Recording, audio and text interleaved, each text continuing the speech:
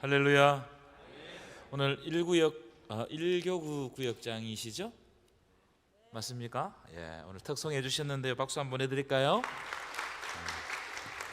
참 우리 교회는 찬양을 잘하는 것 같아요. 동의하십니까? 누가 와서 불러도 너무나 은혜스럽습니다. 특별히 이제 오늘 기도회가 시작되기 전에 찬양의 은혜 받고 또 와서 찬양을 하니까 더 깊은 은혜가 있는 것 같습니다. 너무나 찬양 아름답게 잘 들었습니다. 오늘 찬양단 수고하셨는데 박수 한번 해드릴까요? 그럼 제가 매번 말씀드리지만 금요일 저녁마다 와가지고 연습하고 찬양으로 은혜를 끼치는 것이 쉽지 않습니다. 그래서 우리 찬양단 더 잘할 수 있도록 격려의 박수를 주신데, 잠깐만요. 여기에 첼로 오늘 하셨죠? 우리 김명지 성도님, 우리 일어서 보실까요? 새 가족입니다. 우리 박수 한번 해드릴게요. 네, 감사합니다. 구역 교구별로 안 드셨죠? 아닙니까? 옆 사람하고 인사하겠습니다. 반갑습니다. 예, 힘을 냅시다. 예. 이렇게 구역으로 또 모여서 우리가 기도할 수 있는 것도 하나님의 크신 은혜인 줄 믿습니다. 구역에 소속된 것도 크신 은혜고 구역장으로 섬길 수 있는 것도 은혜인 줄 믿습니다. 자, 오늘 말씀을 보도록 하겠습니다. 잠언 27장 23절 한 절만 보겠습니다. 잠언 27장 23절. 오늘은 말씀을 짧게 하고 기도 제목을 조금 나눌 수 있도록 그렇게 하도록 하겠습니다. 우리 한 목소리를 읽겠습니다. 아직 안 찾으셨어요? 27장 23절 한 목소리를 읽겠습니다. 시작. 내 양떼의 형편을 부지런히 살피며 내 소떼에게 마음을 두라. 아멘. 오늘 구역별 교구별로 모였는데 거의 이제 대부분의 한국 교회는 교회마다 구역 제도를 가지고 있습니다. 다 구역 제도를 가지고 있어요. 어떤 교회는 목장이라고 그러고, 옛날에 우리 교회도 목장을 한번 바꿨죠, 그죠? 구역을 한번 바꾸기 위해 가지고 목장으로 바꿨다가 다시 구역으로 돌아왔습니다. 또 어떤 교회는 셀 모임이라고 하기도 하고, 여러 가지 문제 이렇게 모양으로 명칭으로 불려지는데, 그런데 이제 모두 다 비슷한 개념입니다. 다 소그룹 제도예요. 한국 교회의 구역 제도는 어디에서부터 시작됐냐면은 여의도 순복음교회 아시죠? 조영기 목사님 교회에서부터 시작되었습니다. 그 당시 이제 아마 1960년 이 정도 됐던 것 같은데요. 순복음 교회가 엄청난 성장을 해요. 세계에서 유례 없는 성장을 합니다. 그 청막 교회에 벌써 3,000명이 모였다고 그러니까요. 이분 별로 놀라지가 않으시네.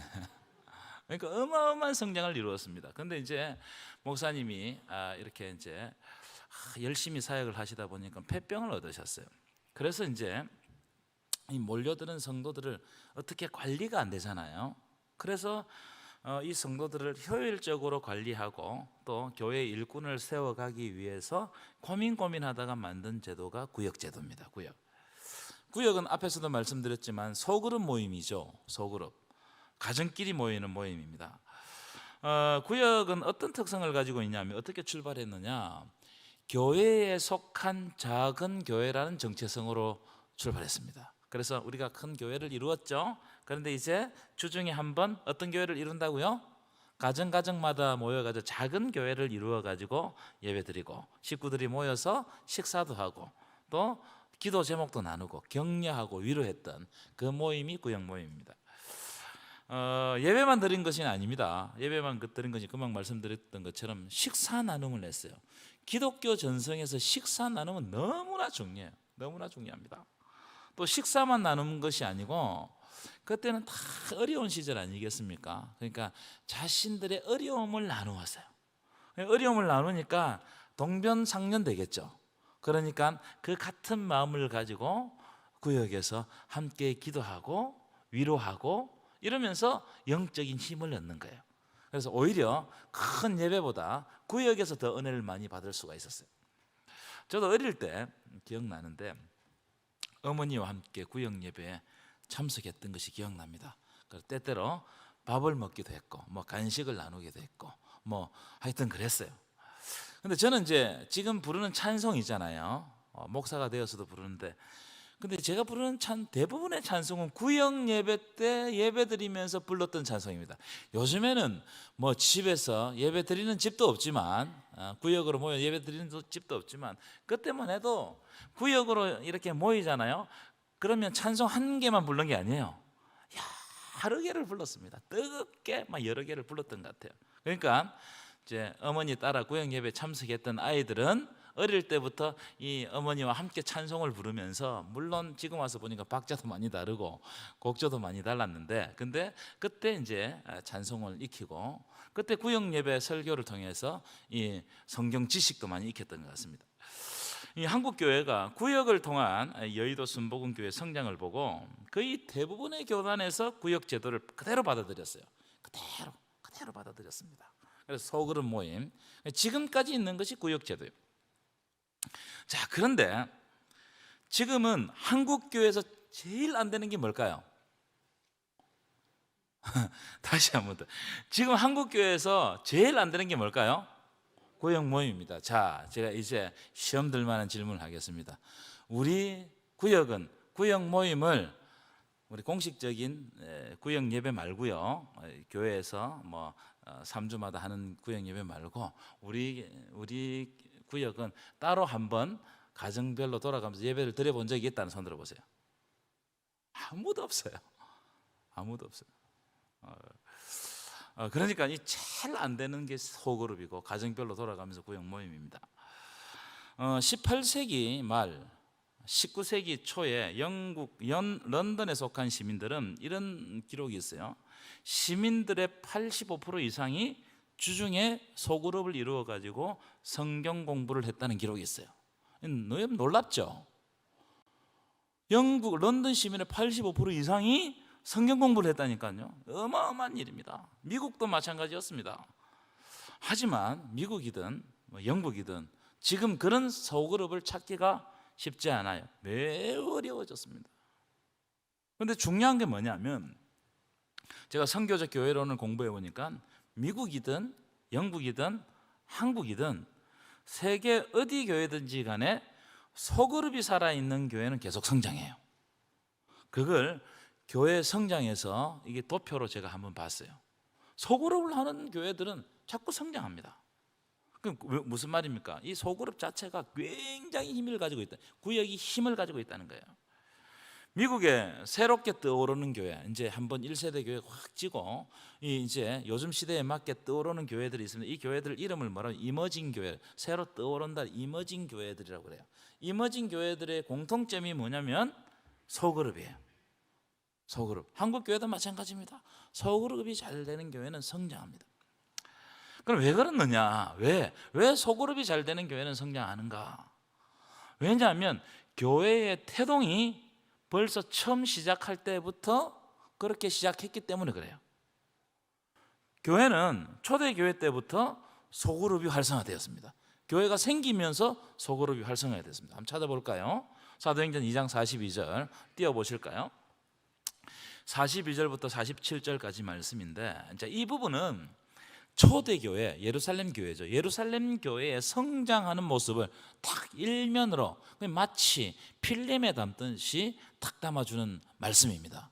자, 한 절 한 절 여기 보면은 영적 성장이 딱 일어나는 장면, 어떤 키워드를 통해 가지고 영적 성장이 일어나는 것을 딱 볼 수 있어요. 자, 한 절 한 절 42절부터 읽겠습니다. 시작. 그들이 사도의 가르침을 받아 서로 교제하고 떡을 떼며, 여기에 세 가지 성장 비결이 나와요. 첫 번째 뭡니까? 사도들의 가르침을 받았다는 거예요. 여러분, 가르침을 받으시기를 축원합니다. 하나님의 말씀을 가르침을 받는 것 굉장히 중요해요. 지금 이 시간 말씀 시간이 중요하다. 두 번째, 주 안에서 교제하는 것이 영적으로 성장을 이룬다. 뭐 한다고요? 서로 교제하고 떡을 떼었다는 거예요. 우리는 교제하는 걸 우습게 여깁니다. 그렇지 않아요. 하나님의 말씀이 이 작동하는 데는 우리의 삶이기도 하지만 우리 교회 공동체, 믿음의 동력자들 속에서 하나님의 말씀이 살아 역사합니다. 아멘이세요? 그러니까 교제하는 게 굉장히, 특별히 떡을 먹으면서 교제하는 거, 주 안에서 음식을 먹는 것은 너무나 중요한 일이다. 술 먹지 말고요, 음식을 먹어라.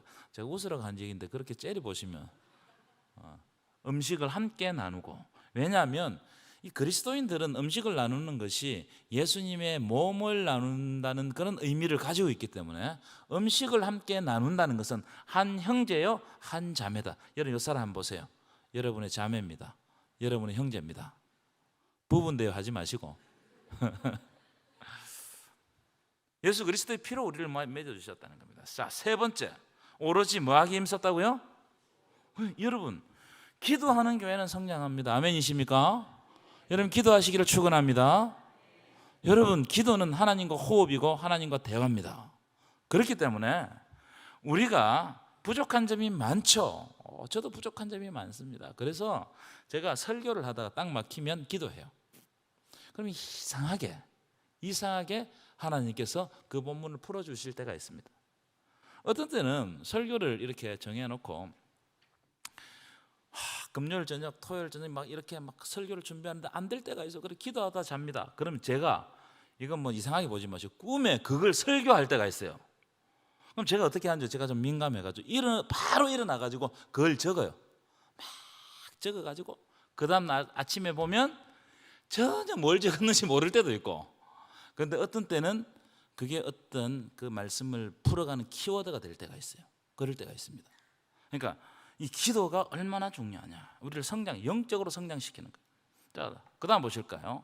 43절 띄워보시죠. 43절 시작. 사람마다 두려워하는데 사도들로 말미암아 뭐가 많이 일어났다고요? 기사와 표적. 여러분 기사와 표적은 다른 말로 하면 어떤 말로 대체할 수 있겠습니까? 하나님 나라의 역사예요.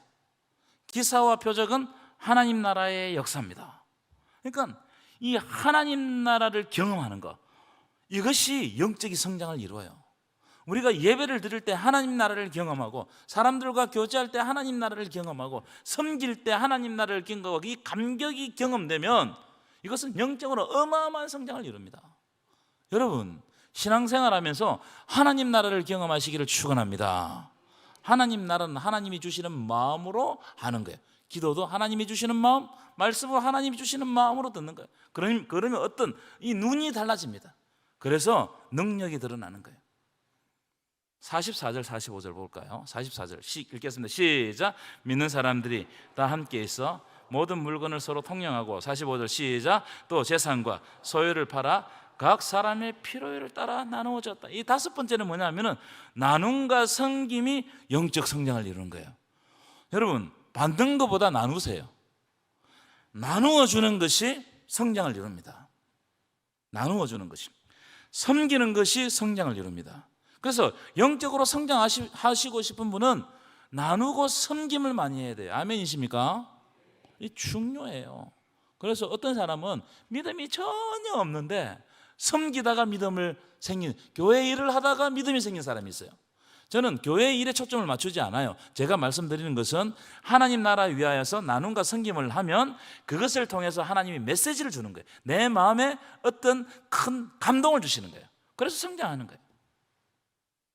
자, 46절, 그 다음 46절 보실까요? 46절 읽겠습니다. 시작. 성전에 모이기를 힘쓰고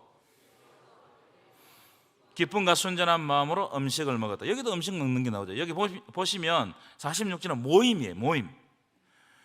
먼저 성전에 모이기를 힘썼다는 거예요. 초대교회 교회 사람들은 왜 성장했느냐, 왜 영적으로 하나님과 가까웠느냐, 모였다는 거예요. 모여서 말씀을 듣고, 모여서 떡을 떼고, 모여서 하나님 나라를 함께 바라보고, 함께 기도하고, 비전을 나누고, 그들과 함께 행했다는 거예요. 이게 중요한 겁니다. 그래서 모이기를 피하는 어떤 사람들의 습관과 같이 하지 말라. 여러분 모이시기를 축원합니다. 그 다음에 뭐냐면은, 모이기는 모였는데 첫 번째 성전에서 모였어요. 그 다음 밑에 어떻게 됐다고요? 모이기를 힘쓰고 집에서 떡을 떼며 집에서 모였다는 거예요. 초대교회는 교회에서만 모일 뿐만 아니고 각 가정끼리 집에서 기쁨으로 함께 모여서 음식을 나누고 그 모임을 통해 가서 예수 그리스도의 사랑 안에서 격려를 받고 위로를 받았다는 거예요. 이 놀라운 일입니다. 여러분, 이 세상에 이런 소그룹은 없어요. 가정끼리 모여서 함께 식사를 나누고 그 속에서 부활하신 예수님이 그 모임을 통해서 증거됐어요. 얼마나 뜨거운지 몰라요. 그러니까 모일 때마다 부활하신 생명의 하나님에 대한 말씀, 그 확신들이 모일 때마다 가지게 되는 겁니다. 놀라운 일이죠. 그러니까 영적으로 성장하더라. 그러니까 소그룹은 초대교회에서부터 있었다 이 말이에요. 자, 마지막 47절입니다. 47절 읽겠습니다. 시작. 하나님을 찬미하며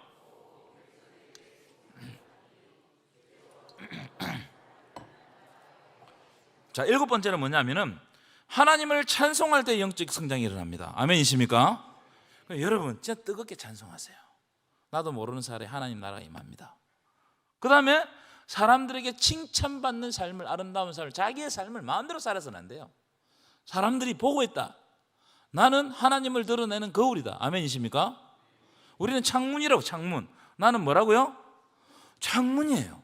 그래서 우리는 어떠냐면은 믿지 않은 사람이 나라는 창문을 통해서 하나님을 보게 되는 거예요. 그렇죠? 그러니까 내가 창문입니다. 내가 깨끗하면 하나님도 깨끗하게 보여요. 내가 이상한 짓을 하잖아요. 그러면 하나님도 그렇게 보여요. 내가 창문이란 말이에요. 이거는 우리가 삶을 어떻게 살아야 될지를 딱 보여주는 거예요. 우리가 윤리에 어떻게 돼야 되는지. 자, 제가 무슨 말씀을 드리려고 하냐면 오늘 강조하고 싶은 것은 초대교회 그리스도인들은 초대교회부터 주님의 이름으로 함께 모이고 식사를 나누었다. 이게 구역 예배잖아요. 서로 격려하고 위로하고 믿음을 성장시키고 한 형제 한 자매가 되고 주 안에서 서로 사랑했다는 겁니다. 이게 구역의 원리예요. 초대교회는 각 가정마다 소그룹으로 모일 때 교회가 성장했다는 겁니다. 로마서에도 이런 보시면 16장 오늘 가셔서 읽어보세요. 로마서에는 여러 사람들이 나옵니다. 소개를 막 해요. 사도 바울이 로마에 있는 교회들에게 편지를 썼는데 성도들의 이름이 쫙 나옵니다. 성도들의 이름이. 그래서 신약학자들은 로마 교회는 우리처럼 큰 장소를 이렇게 만들어가지고 모였던 교회가 아니고 작은 소그룹의 가정교회로 이루어졌다고 추정해요. 그게 역동성이 있단 말이에요. 그러니까 우리가 구역 안에서 소그룹으로 모이는 거, 이것은 정말 하나님의 뜻입니다. 한국교회 성장 보십시오. 한국교회 성장만 그렇습니까? 목사님 요즘에는 모이는 게 안 됩니다. 그러면 안 돼요. 근데 세계 어느 곳에든지 성장하는 교회는 소그룹을 하고 있어요. 놀랍지 않습니까? 왜냐하면 성경에 기록된 정신이기 때문에 그렇습니다. 자, 이제 오늘 말씀을 간단하게 말씀을 나누고 기도에 들어갈 텐데요.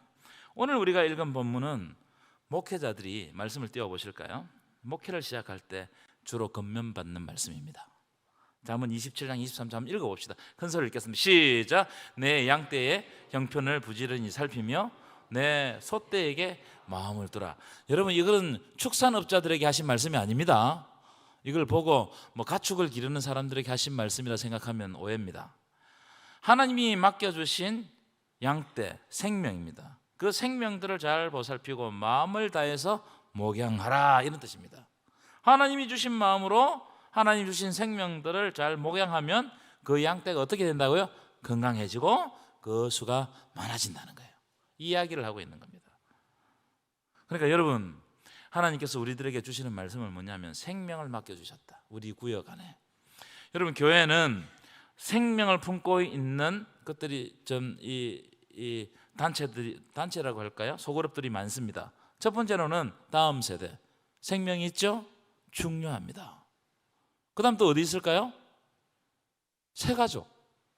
새가족 생명을 안고 있죠? 굉장히 중요해요. 그 다음 또 어디 있을까요? 말 좀 해보소. 네? 구역. 구역에 생명이 담겨져 있잖아요. 그렇죠? 중요해요. 그 다음에 전도에 생명이 담겨져 있죠.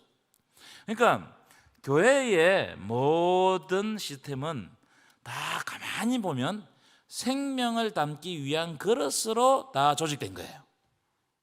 그렇기 때문에 하나님이 주신 생명을 우리가 마음대로 해서는 안 됩니다. 하나님이 주신 생명을 어떻게 해야 된다고요? 하나님이 주신 생명으로 자라게 해야 돼요. 이게 교회의 사명이에요. 다음 세대에게 우리가 받았던 믿음, 이 감격을 물려주는 거 우리의 사명입니다. 아멘이십니까? 그 다음에 연약한 지체들을 잘 보듬고 성장시켜서 주님의 일꾼으로 만드는 거 우리의 사명입니다. 믿으십니까? 중요합니다. 그 다음에 전도회처럼 우리가 받았던 이 생명을 하나님이 원하시는 곳으로 증거하게 만드는 거 우리의 사명입니다. 특별히 여기에 사명이, 교회의 사명이 있어요. 복음이 증거되게 하는 거, 선교가 일어나게 하는 거, 여기에 교회가 온 전력을 다해야 됩니다. 하나님은 어디를 향해서 있다? 하나님의 얼굴이 생명을 향해서 있다. 아멘이십니까? 생명을 향해 있어요. 그래서 옆 사람 보실까요? 따라합시다. 당신이 소중합니다. 진짜 소중합니다. 하나님 주신 생명 함부로 할 수가 없어요. 진짜 한 생명 한 생명 소중하게 여기셔야 돼요. 품고 기도해야 돼요. 제가 기도 제목하면서 말씀드리겠지만 우리 교회 숙제가 있습니다. 뭐냐면 새가족이 많이 옵니다. 그리고 등록하지 않는 분들도 많아요. 근데 문제는 뭐냐면 장기 개설자들이 굉장히 많습니다. 제가 이렇게 전화를 돌리거나 우리 부목사님들 전화를 돌리면 교회에 나오지 않기로 결단하고 전화 안 받는 분들이 많습니다. 특히 이제 코로나 지나면서 그렇게 결심하고 안 오시는 분들이 많아요. 이걸 우리가 그냥 둘 거냐? 제가 우리 새로 오신 행정 목사님하고도 오늘 깊이 이야기를 했는데 이분들에 대해서 우리가 한 번 더 기도하면서 전략을 우리가 잘 짜야 되지 않겠나. 왜냐하면 교회는 생명을 품은 곳이고 생명을 향해 있기 때문입니다.